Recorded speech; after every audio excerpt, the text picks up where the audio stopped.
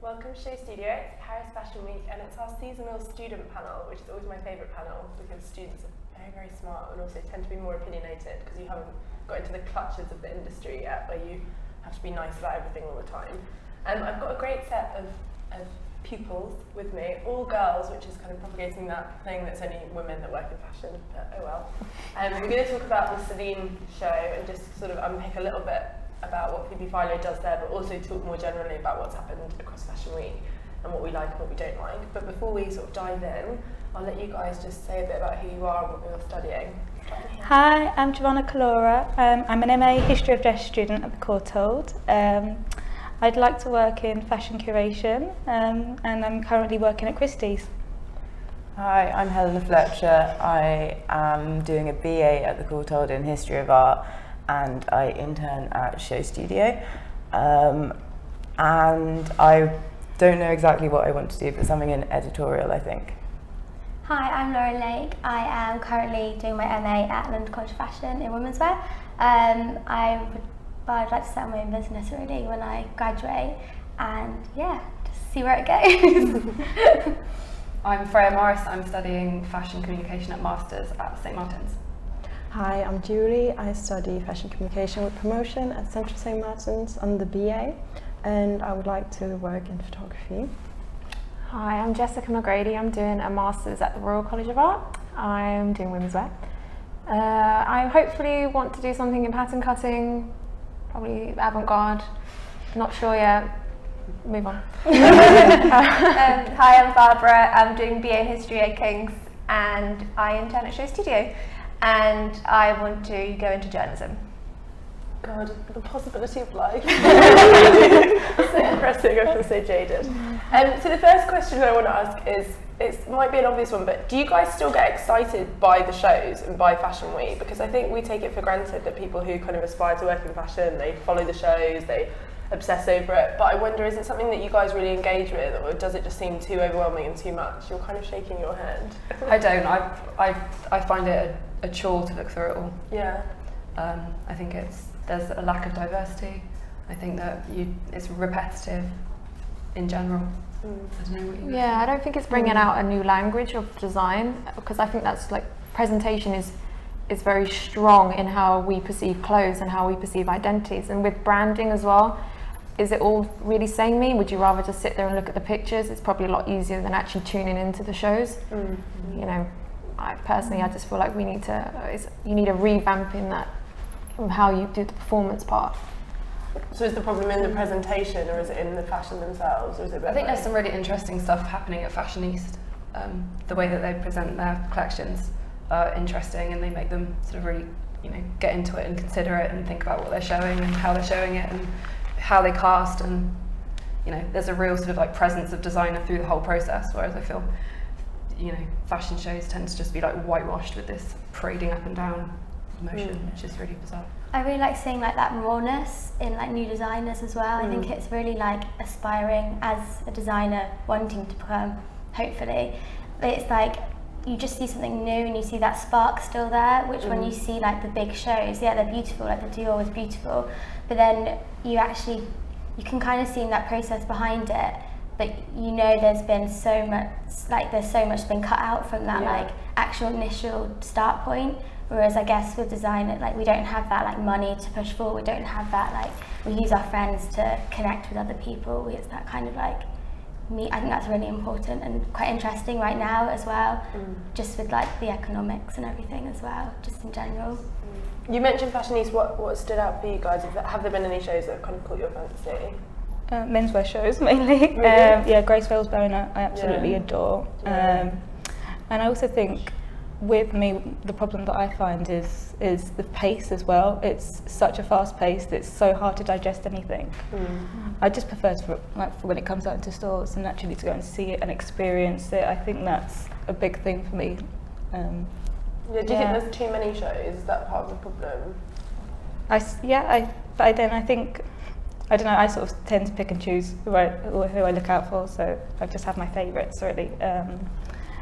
It's just sometimes a bit difficult to keep up with in terms of how many collections are brought out. You've got the pre-collections and it's it's a hard one. But yeah, like you look at now fashion and like half of Beneath sometimes I'm like, I don't even know that these existed. Like there's so many. It's hard though, isn't it? Because I completely agree with you, and you look at them and you think, and sometimes it's like you can't even define what a certain label stands for. So you're like, you know, why are you here? Why are you sort of, what do you think you can add? What's your voice going to bring? But then you never want to be in a circumstance where you're sort of not encouraging young designers to come up. So it's getting that balance right, isn't it, between embracing the new but also not just kind of like shouting into this endless void. Do you guys who want to like set up you said you want to set up your own label, do you feel like that pressure that there's already so much out there? Yeah, there's like, I guess my design like quite like within like fur and leather, so it's obviously quite controversial as well, just like anyway. But like I think it's really important just to remember who you are, and I don't know, like the people that I work with in like the studio and just my friends like for help and stuff like I use like quite a lot of people that are just like friends from like uni and stuff like that, just to help me set up like just like start and find like a voice. I think it's about finding that voice in fashion, whether it's already been said or it hasn't been said. It's just knowing the way to say it, like the way that you want to say it, I guess. Does that make sense? Yeah. We've had a couple of people mention things they are excited by, and I'm interested, like, it can be shows that you've seen or even labels or magazines or anything. What do you guys think is exciting in fashion at the moment? Someone has to say something, otherwise it's depressing. Well, I'm biased, but Richard Malone, who's a designer who's showing at Fashion East, is doing something really amazing, and I know him from St. Martin's and the way he cuts and sources his fabrics, and you know, I think he's an artist making clothes, which is really what is exciting about fashion, rather than just a designer making products, which is what happens. Helena, what do you think? You're staying quiet. I completely agree with Freya. Like, I think like Fashionista has been like one of the most like exciting ones recently, and that's who I kind of like always looked at to see what they're doing. And yeah, kind of the multidisciplinary like nature of it, like Charles Jeffrey, like also like running club nights and then doing illustration. And so much of his work is kind of like art based, and the same with Claire Barrett as well, how she still like does a lot of painting. I think that's really interesting to look at like that relationship, and that kind of differentiates them from like the more polished and other things which we're seeing in like the big shows, which kind of it feels less personal. So if you guys were spending money on high fashion, would you want to buy something that potentially wasn't as kind of like luxury or as well made, but that felt kind of handcrafted? Do you guys spend money on high fashion? Do you save up for it, or is it not something that? Yeah, it's something I save for, definitely. Do you? Yeah, definitely. I always sort of keep an eye out, you know, something that I need in my wardrobe, and really think carefully about what I'm going to go with. I do like that sort of discreet luxury as well, and something that I can be really comfortable with and know I'm just going to wear again and again. So it also depends on what you're buying, the reason for why you're buying. Like, is it for brand status? Is it for you to be able to dress yourself, or identity? You know, are we just kind of functioning our everyday? So it does depend. I mean, will I save up? Would I buy something, you know, from Harrods, you know, at £600? Probably not. Would I rather save for like a Ray Kawakubo, like Roger Ballin mix, you know, with the photography? I would rather buy that, because at the end of the day, those are the conceptual artists, the artisans for me that are still quite prominent. They're still doing their thing. I'd rather spend my money on something I can have that's worth my while. But it really just depends. Consumers are all different. Do you guys feel quite detached from high fashion though, because of the kind of, it's still, there is that kind of sleekness to it, and I find it interesting that a lot of people who work in fashion, you know, you think who is high fashion for? People who work in it and want to aspire to work into it don't feel that comfortable. Like, would you guys feel comfortable going into like a Dior shop or a Gucci store and looking around? I find it really intimidating. Like walking in and they just look at you like, you're not going to buy anything, are you? So why are you here?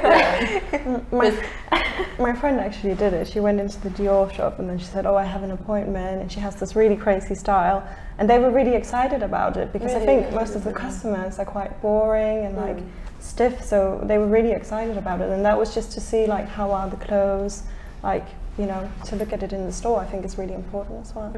But yeah, obviously she could never buy it, so. And tell me about, we talked a little bit at the start about the ways of presenting fashion. I'm interested, like fashionista keeps coming up, and I think it's interesting that I think part of what makes fashionista very special is the mode of presentation. So, you know, involving things like, you mentioned Charles doing his club nights, that he kind of brings that ethos into the presentation. I'm interested, is there anyone else who's showing that you think is getting it right? Are you guys more excited by seeing things like, I don't know, it could be fashion film, or it could be people doing digital presentations? Do you guys think the catwalk is a kind of sustainable way of presenting clothes? It's fashionably appropriate, I feel. Yeah. It's the quickest mode in order to just, it's also perpetuating fast fashion. It's like, how can we then just give it to people, and then we can feed back, and then we go on to the next collection.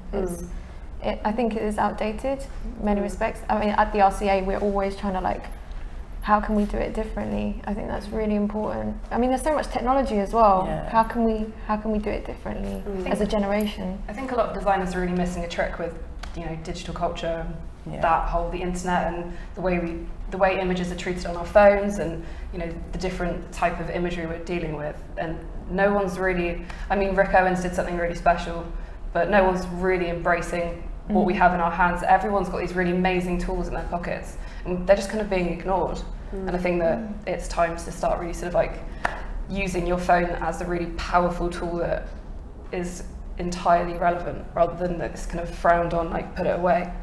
Explain to me. Sorry, go ahead. I think there's still something important about a show though, because like seeing the clothes actually like in front of you. I don't know if the solution to that would be just going to a showroom or whatever, if it was, but I think it is important to also see it in real life as well.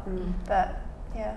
No, I think you're right, but I think it's interesting to think about, as you say, you know, a showroom, like the possibilities of seeing clothes in real life that still aren't the runway, because even with the runway, you know, it's so hard to actually see the fabrications, it's so hard to actually sort of see the cut. But I agree with you, it's that difficult thing between fully embracing digital and not just maintaining the runway. They're seen as quite like these kind of binary things, that if you say that you don't think a catwalk's good, that it means that you're fully behind digital, and I think there's a bit of kind of coming between. I'm interested by your phone point. Tell me more what you mean by that. I just think that there's so much data and imagery, and there's so much stuff that we collect on our phones, and people sort of talk about it as like this kind of scum that happens around a fashion show, you know, the hashtag and all this sort of you know, phone behaviour that goes on, and the way that people share those images. I just think that adds a real texture to something, and I think that it's a really positive communication. And if you were to embrace it and channel it, you're going to end up with making fashion, and high fashion especially, more, you know, readable to the iPhone generation. Like, what's a 13-year-old looking at Céline and thinking? Because they're looking at it on their phone on Instagram, or style.com on their phone, and, you know, the pixels are smaller, and, you know, you have to, the lineups at St. Martin's, I don't know if you experience this, but they're told, you know, you have to think about the way that they go down the catwalk, and the, you know, image 1, 2, 3, 4, 5, and then on style.com they're in 5 rows, which is really interesting, and it adds something rather than takes it away, I think. It's interesting, do you guys not find that kind of, you talked about it as if like, you know, scum around the side of the fashion show, that kind of constant buzzing communication, do you guys not also find that quite exhausting though? That kind of constant... Yeah, from like when we're doing like curations for show studios, so like bringing in what people are like tweeting or putting on Instagram, like you would just realise that it's just moving so fast. And what I find is really strange is people will be putting up their like pictures from the show on their Instagram while the show's happening. And like when I'm on Instagram, like I think it's fine, like do it if you want to do it, but like it's just then obviously you're looking down at your phone instead of like looking at the fashion which is happening. Like I just don't really understand how people have like time to do both. I think it's an extension of advertiser culture. I find it interesting when I'm at the shows with people who work for the more commercial magazines, and they have to tweet from a show, you know, and if that brand advertises with them and they didn't kind of tweet, oh, like beautiful show, whatever, like that would be noticed. So it's become this even extension of kind of like what the publication offers the clients that advertise with it. So it's this really strange mix between authentic communication, which I think is what you're talking about in terms of like genuine commentary, and then just this extension of kind of like... But you need it all to make the wheel turn. You either ban phones and have like a show where people sit down and stare and concentrate. But that's, you know, it's not 1920s, it's not like it's not Coco Chanel going up and down the stairs anymore. It's different. It's time, like, it's different and that's great, rather than it's different and that's sad. But also, like, when they do take the pictures during the show, they're not even good. Like, they're just so blurry. It's like, it's not adding anything. But I think they're great. That's great. I love it. That's fun, and it's part of it. I think I kind of agree with what you're saying, but I think there's an element to it's using what's happening and making it better. I think no designers are making their catwalk imagery look really, really great. We've seen some people kind of engage with it roughly, like, Dior often do the interesting kind of having big photographers backstage. There are people trying like that horrible Dolce selfie thing, which is just that's embarrassing. But that kind of thing. But is that not kind of where we need to see a bit more progress, rather than just accepting the status quo of, like, I think it's something interesting when people try and take control of what goes out there in an interesting way. I find it really weird when they do, like, kind of like try and put it in, like, quarantine, and they're like, okay, no one's allowed to, like, put stuff up, like, backstage and everything, and that's when it's a bit like, well, people are going to post this stuff later, like, let them do it, like, now, like, it won't really take away from it at all. Like, I really like seeing, like, the backstage. Yeah, I think they're the best photos. Like, whenever I look at, like, the backstage stuff, I think it's, like, the best.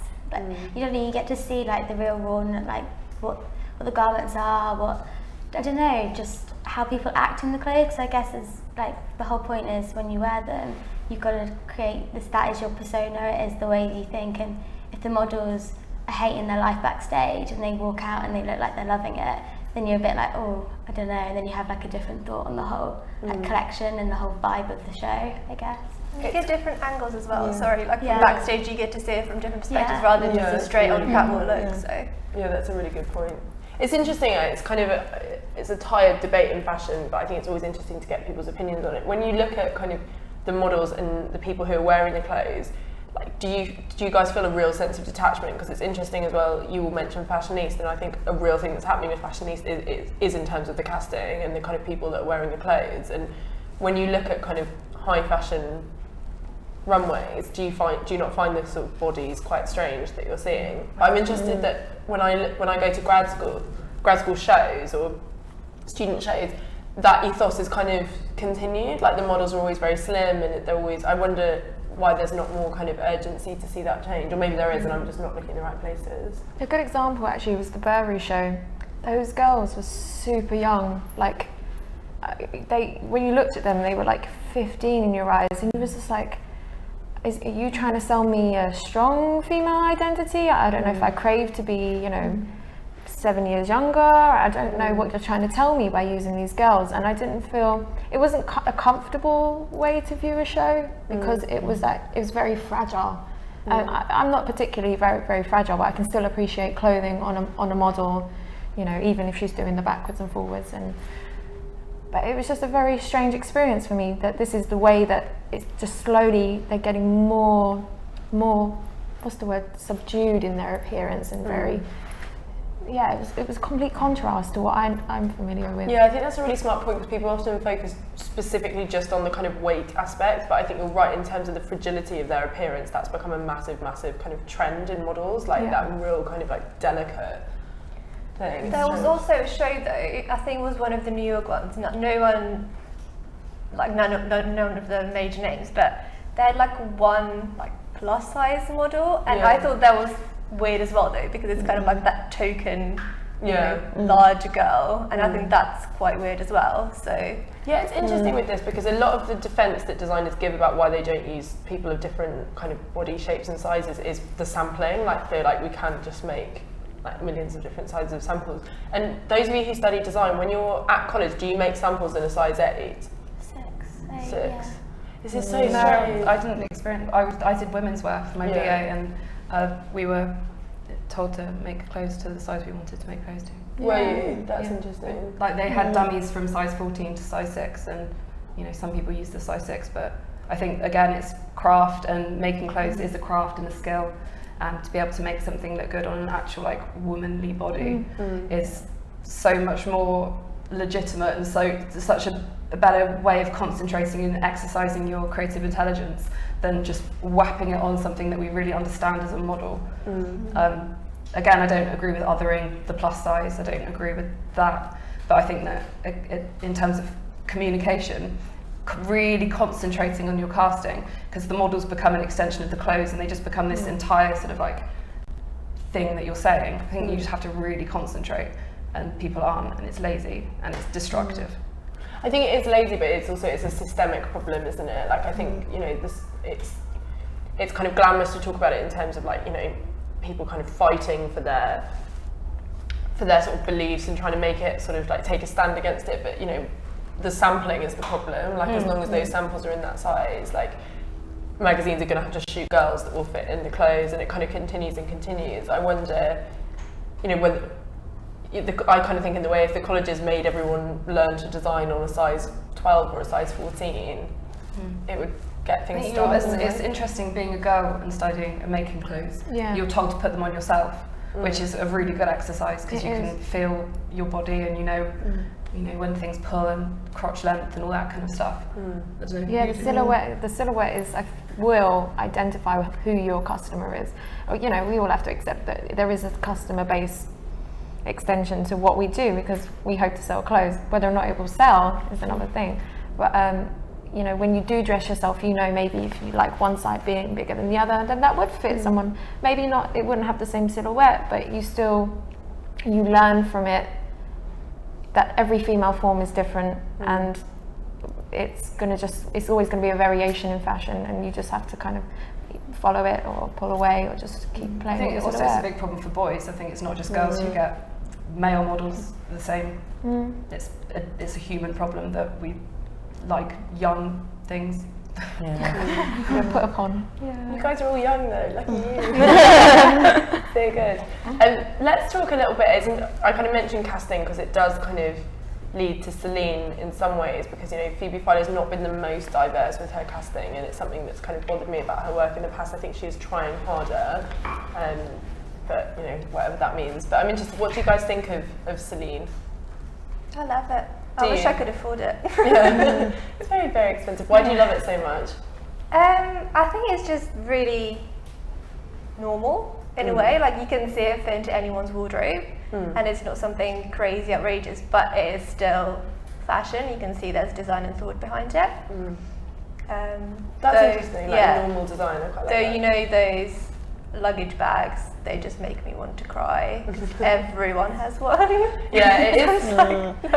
But that's why it's an interesting brand. That's kind of why I wanted to talk to you guys about it, because in some ways it's so mass and quite kind of lowest common denominator, like you see it everywhere. But in other ways it's always got this vibe of being incredibly elevated, and it's kind of in a way like Comme in that respect, where it's like absolutely everywhere in some ways, but there is still this sense, you kind of said it, this like notion of everything being designed and really considered. And I'm interested in that balance. Like, has Céline become uncool yet to you guys because it is so popular? Do you like it? I find it really unchallenging for my eyes. Do you? Why? I've just seen it all before every time. It's like scroll. And do you mean because she references other designers so much, or just in terms of the aesthetic? Aesthetic, I think. I don't know. I just want to be challenged. Yeah. It is fashionably appropriate. It's like collage and like linear, and oh my god, It's a bit of a hole on the shoulder. A bit of a hole on the shoulder isn't like contemporary design. And it's not, I don't know. So what is contemporary design in you guys' mind? It's not something I can put into words. It's that it just makes you go like, oh okay, rather than just like, But I do think when I go and actually look at the clothes, like look at Céline, and that the way that it's put together is so nice. It's so beautiful. Yeah. Like every stitch is really thought of. The way they lap their leather, the way they like. It should be for the cost though. Yeah, but that's it's aspirational dressing, isn't it? Yeah. Completely. Yeah. she's done really exceptionally well on material culture. Yeah. She's really held on to that. I'll give her that. Her tailoring is immaculate. I can't give her that.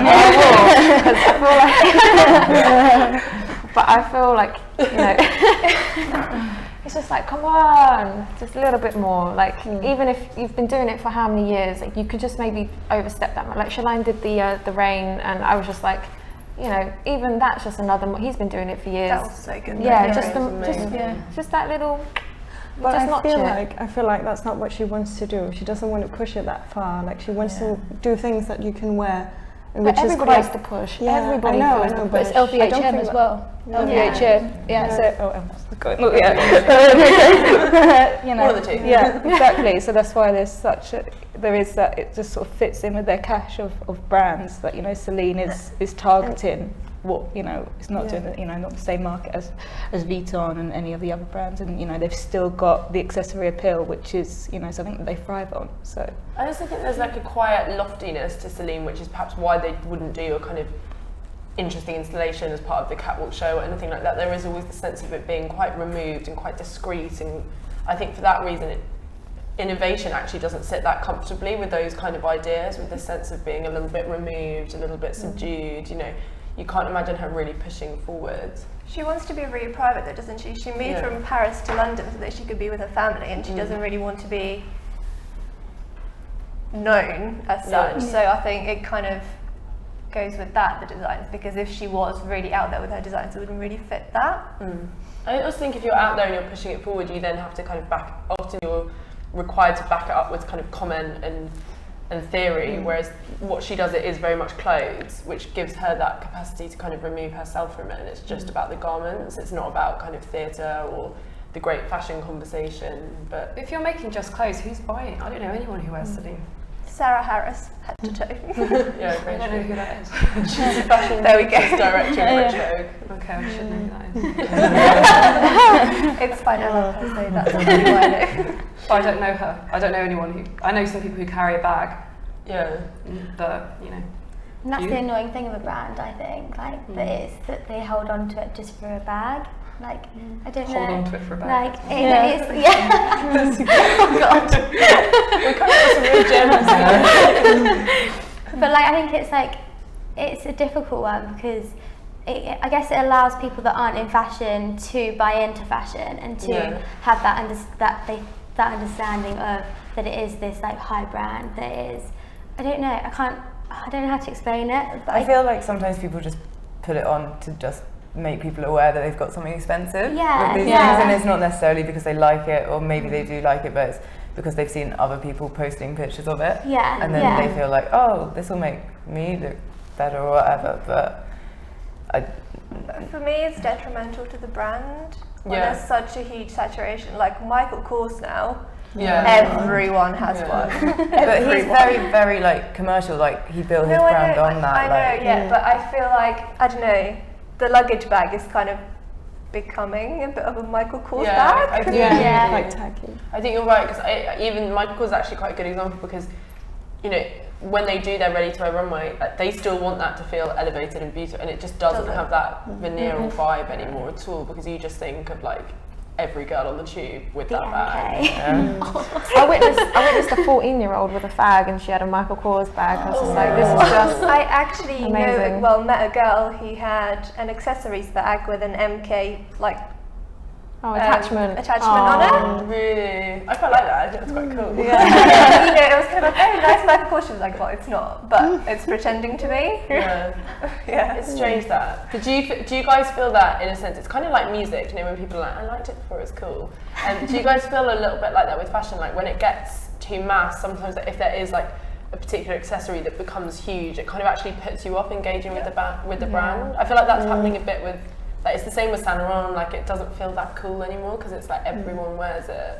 Do you have that kind of feeling about stuff, or is that a bit of a... Well, I feel that I wouldn't buy those accessories, and when I shop for like pieces now, like I buy pieces which I know will last and I'll wear for like however many years if I'm investing in it, and I don't buy those pieces which people will suddenly pick out and you'll think, oh wow, that's that, because I think they date really easily, and that's more of like my personal preference and my personal style. But like I can see why some people are attracted to it, like, and I do think that it, like with Michael Kors, like however much it's not my thing at all, I like how people are passionate about it and they like actually feel great when they're wearing that bag.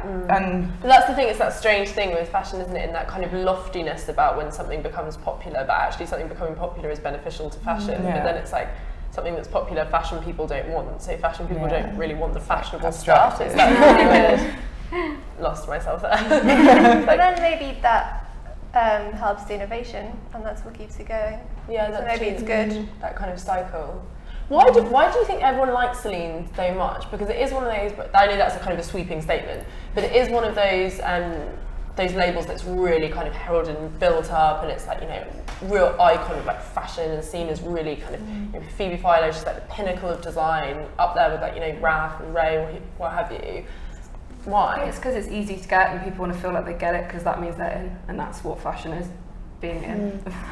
What she did as well is that she, along with Ray and Yoji, she realigned because even if we don't like to think about it, she is conceptual to an extent.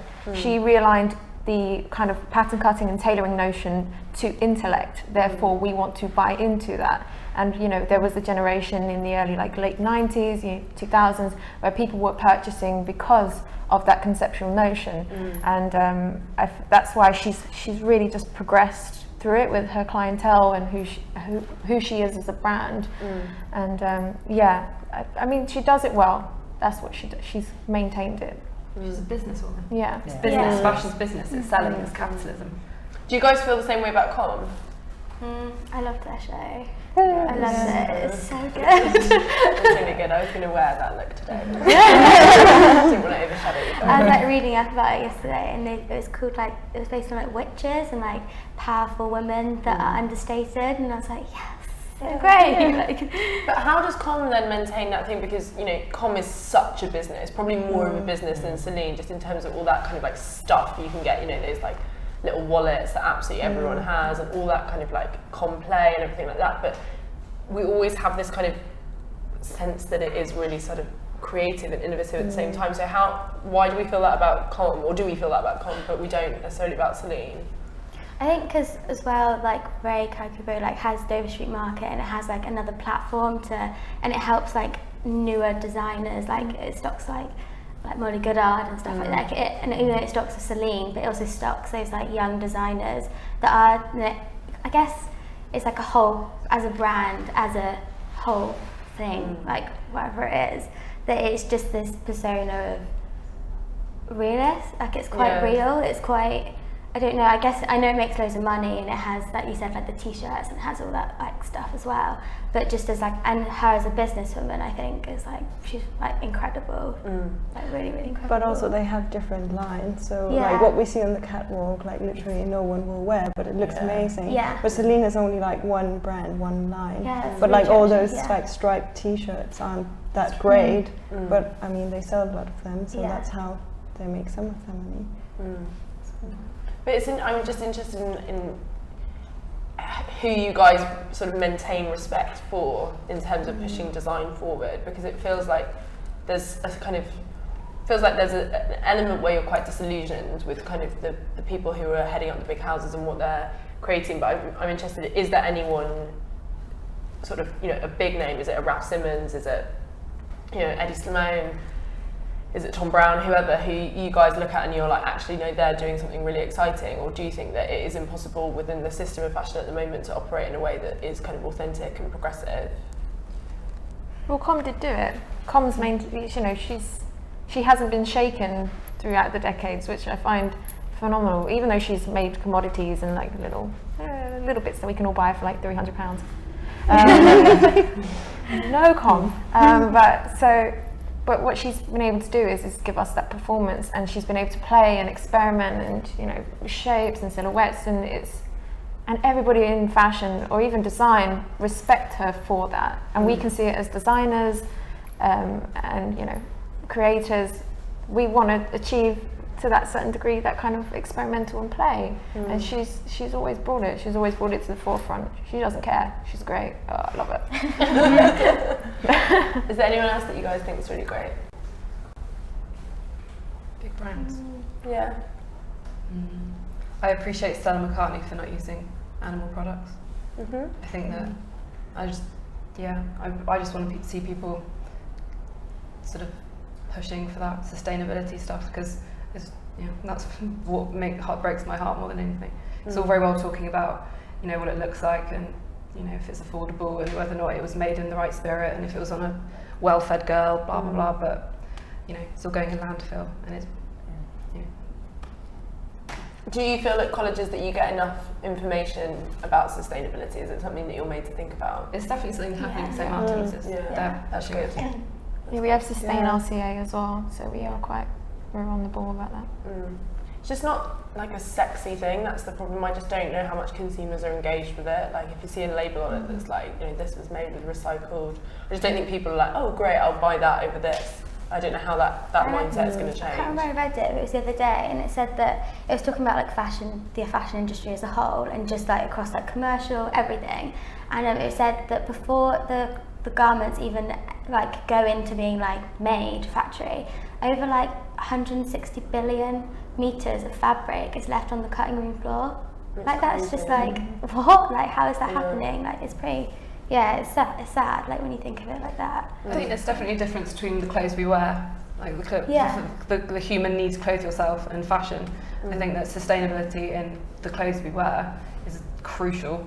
I think there's always space for frivolity and art and creativity, and I don't think you should limit that. Yeah. But I think that the whole thing needs to be really dealt with. The Olivia Firth film was really good. Have you guys seen it?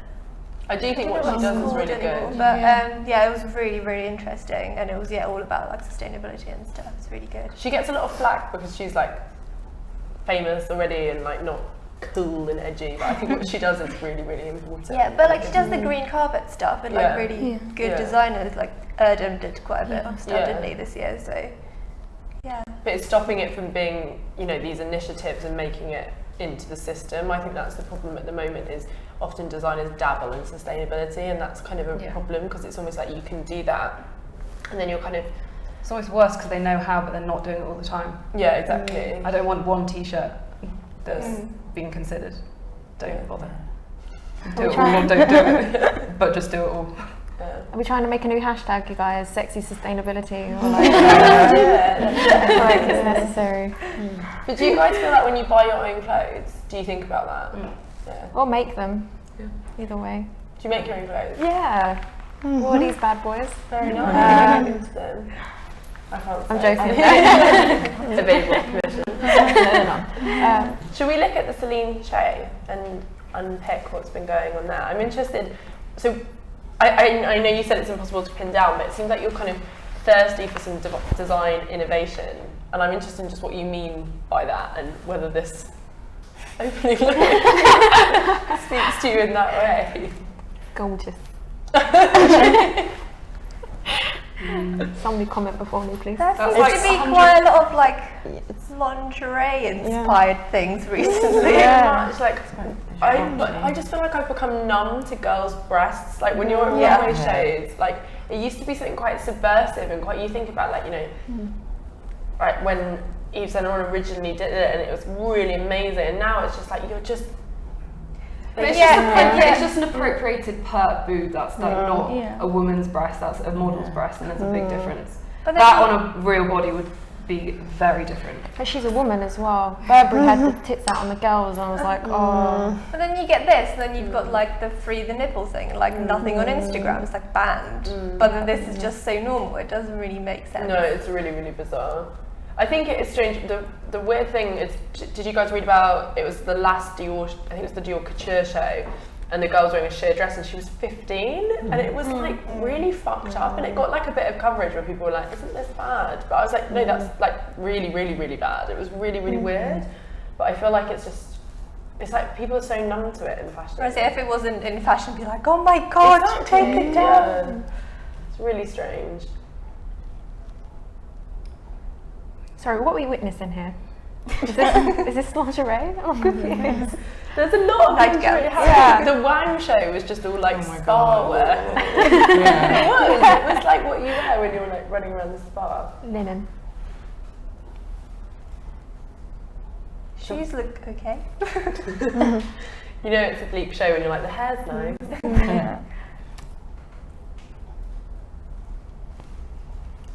So we don't seem that impressed, is what we're saying. It's just quite dry. Yeah. It's just another click collection, isn't it? Yeah. It's very repetitive with the lace and. Yeah, the shapes are pretty standard.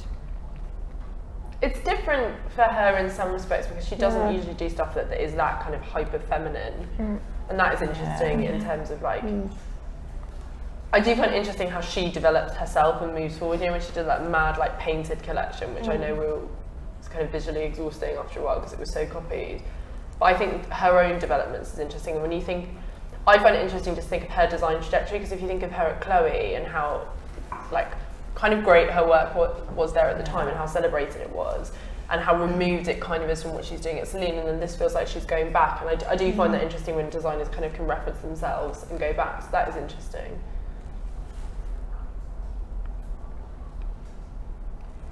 When you said about the copying thing, that just made me think of like Zara just rips everything off, and maybe that's why also like people like Celine in a way, because like it's so easy to copy, and then you clearly have that like higher designer to aim to as well. If you shop in Zara, there's like a clear trajectory to it.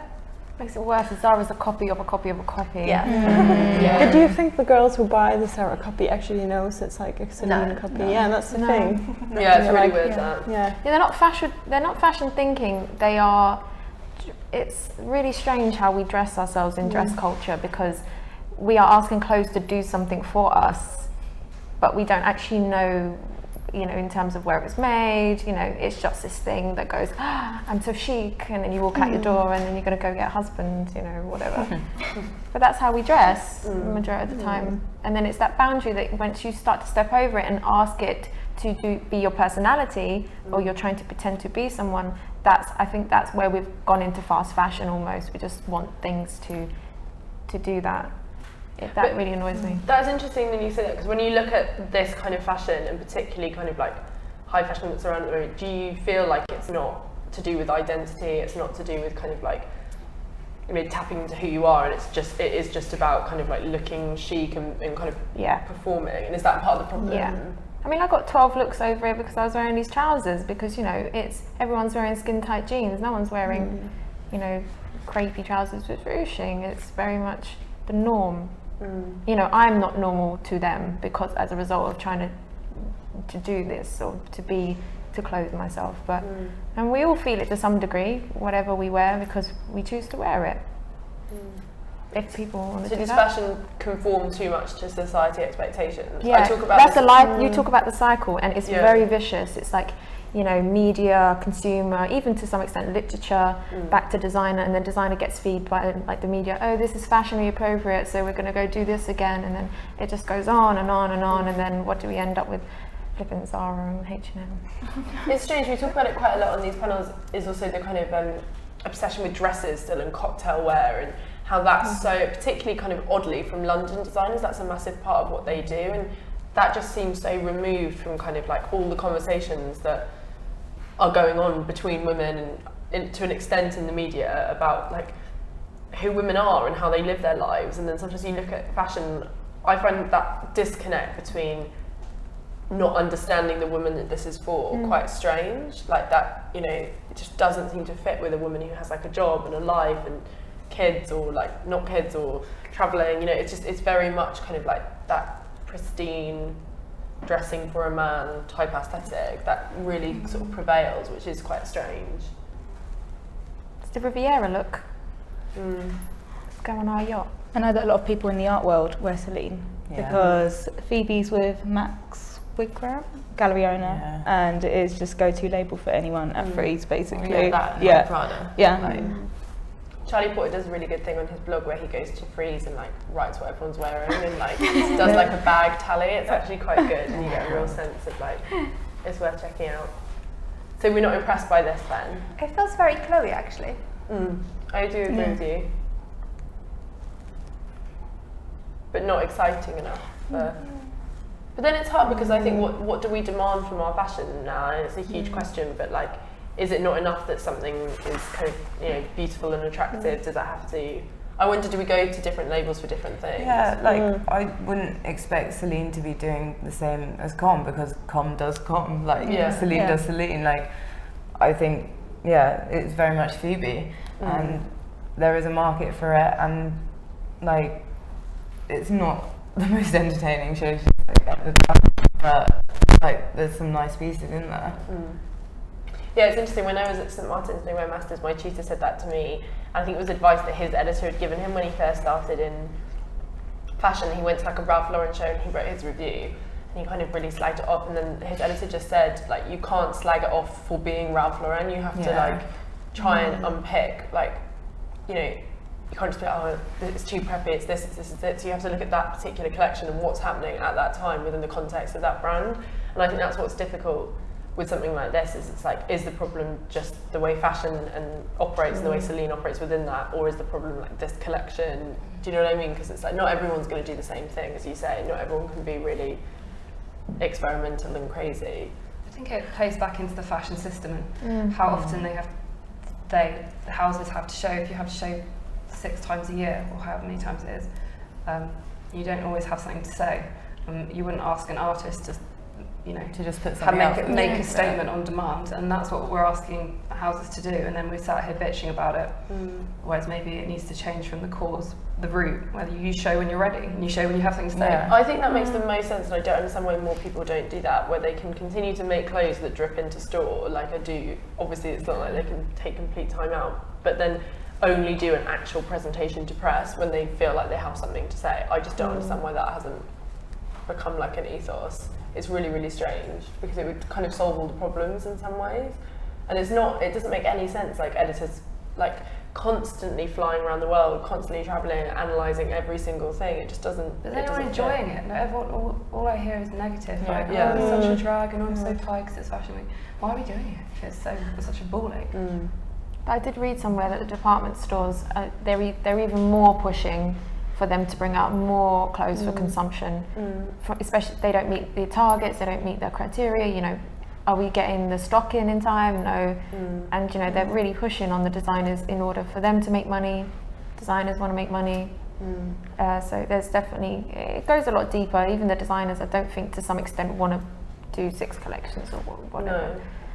I just don't think the system works either in terms of timing. The biggest problem I have with this thing of showing 6 months before it's available, I just don't think that makes any sense. No. It's like the whole system needs a bit of a rejig. But do you not find it really hard going into fashion? Do you feel like you have kind of like the mandate or the ability to opt out in any way? Because I always find it really frustrating when I talk to students and they have these amazing ideas and they are already so kind of jaded by the industry, but then it seems like they get to a point where they all opt in. You know, they make their samples to a size 8, they show them on a skinny white woman, they, you know, stop criticising things once they get their first job because they realise they kind of, and it's that weird moment where everyone seems to opt in, and I wonder if you guys feel like you have the ability to kind of do anything different. I'm really excited by it. I think that I think it's really exciting. We're in a really exciting time, and we've got the internet and our phones again. They've given us these, they're so powerful, and we've got so much going for us. We're such a lucky generation of liberated human beings, pretty much. And I think that people need to change their attitude, positive mental attitude, and sort it out rather than bitch about it the whole time. So you guys feel quite positive for the future? Yeah. Oh, that's good. That makes sense. On a Sunday. But not positive about Celine? No. Sorry, that came out really quick. I mean, I bet she's a dear, but I don't know. But again, you can't like pinpoint it with Phoebe Philo at Celine. It's the whole system, which isn't okay, and it's not okay to say just because. If more people, if all of the houses said no, not ready this season, maybe next season, it would, you know, we'd still have clothes to wear, and the wheel would still turn, but it would turn a lot more beautifully and a lot more interestingly. Didn't Ray do that at one point? She was like, sorry, can't do a collection. Like, and just give me a season. It was like 2 seasons ago as well when she did the collection that was completely unwearable, and she kind of, the point was that she had like no more ideas about clothes, so she just made like stuff, which was quite fabulous. Like, it would be quite, but I think it is just that opting in or opting out, and it's like you can be as blissfully ignorant or as engaged and aware as you want. But I think it's making the choice. But I think once you're in that system, it's really, really hard, like, to suddenly opt out. And I get the whole point as well that like literally you have to make money. Like the brand will shut down if you don't make that money, and I get that as well. Like that, because they are beautiful clothes. Like, okay, they're not so as interesting as what you'd like them to be, but at the same time, they are like beautiful wearable pieces as well. That are going to sell and make money for the company, which I guess is sadly the reason that they do these shows as well. Is it sad though? I think there's something great about clothes that sell to people. I just think it's making clothes that sell to people that are also kind of sustainable and engaging and challenging and trying to move things forward. I think fashion in a way sometimes it gives itself a bit of a kind of get out of jail free card. It's a bit like, oh, you know, we had to do this so it could be commercial. And I think it's more interesting when people try and actually do stuff that is really good, that is going to sell, rather than, you know, othering the creative stuff and then making a load of stuff to sell. I think there needs to be a more kind of active decision to try and bring those things together, because that's the only way that consumer patterns are going to change, is if kind of the engagement goes right through to what's actually on the shop floor. But it's a bit of a strange kind of... But consumers consume what they're given. Yeah. And you have a responsibility as a maker or a designer or a fashion communicator or any photographer, anything you are, you have a desperate responsibility to be a responsible being and communicate properly and think and concentrate. That's the key, isn't it? Yeah, communication is the key to consumer culture. The appreciation of clothing has diminished to the point where I don't think they really know what they're buying anymore. They just know it represents. What do you mean by they? They as in at the consumer. The consumer, it's particularly of the higher end, they buy in order to give themselves a status. So, you know, communication, how you communicate your brand and how you communicate your idea and about how you want to dress in female, men, that's really important now, especially for us or new designers, for instance. And then obviously we rely on the communication from literature, from people in the media. So we do need that kind of that meshing and that good balance from everyone. Do you guys all have confidence that you'll find a happy career within fashion? Yeah. Yeah? And you're like, yeah. I have days where I'm just like, sometimes I am just like, why am I doing this? Do I actually enjoy this? Yeah. And I think it is sometimes in collections where I just kind of feel like I'm not interested in what's being shown, but then how could that be improved? But I think I probably will find a career in fashion, but will it be necessarily doing exactly what I want to do? It's a shame, isn't it, when you think the most interesting stuff in fashion is kind of happening outside of Fashion Week. It's happening beyond all the shows and all of kind of this, and it's just, this is meant to be kind of like the pinnacle, most exciting time, and actually everyone just finds it a bit exhausting and wants to be removed from it. It's really strange. But how do the rest of you feel? Do you worry about kind of finding a space that you feel comfortable in while also working within fashion?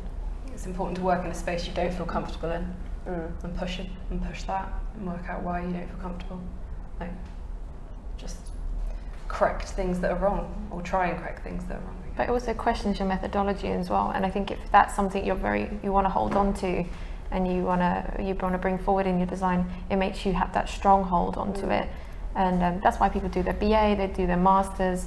And it's about strengthening it to some extent and not caring what anyone thinks. That's difficult in when art schools cost us 50 grand to get through now.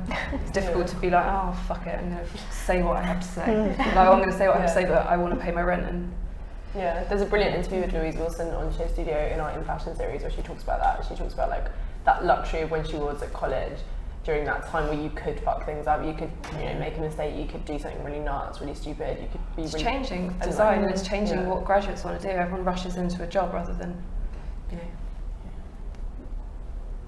marinades on what they've learned and learned. It's really funny. I've got a friend who works at one of the labels that are showing in Paris Fashion Week, and he pestered them for 2.5 years. I emailed them. He was like, I don't want to work for a commercial brand. I went to my BA was quite commercial. It was very much like we teach you the commercial ways, blah blah. And then he was like, I don't want to do that. So he literally pestered this brand for 2 years, 2.5 years, I think. Emailed them constantly. He was like everything he could do. He literally he even did a self-initiated project for them, and they gave him deadlines, everything. And now he's there working. He's in Paris at the moment and loving it. I guess if you know where you want to be, you make yourself be there. You don't. But I think that's part of the problem is we rely on people knowing where they want to be, and I worry what happens to people who don't quite know what they want to do but are really talented, because you know, that time that you talk about to kind of get things wrong and try things out. Like, I think young people feel such a pressure. Like, you know, I don't think they feel like they could, you know, go intern a couple of places, get a job, and then change their career at 27, because you'd have to start again on that rung of like intern. And I think that's really, really scary, is that opportunity to kind of make mistakes and move around just doesn't really exist anymore. Then you get this. Yeah, it's all a big wheel. Well, I feel quite depressed now. It's been great chatting to you guys. So I was going to say, let's give her a clap to round things off, but maybe we should clap each other for being very engaging and conversational. So thank you.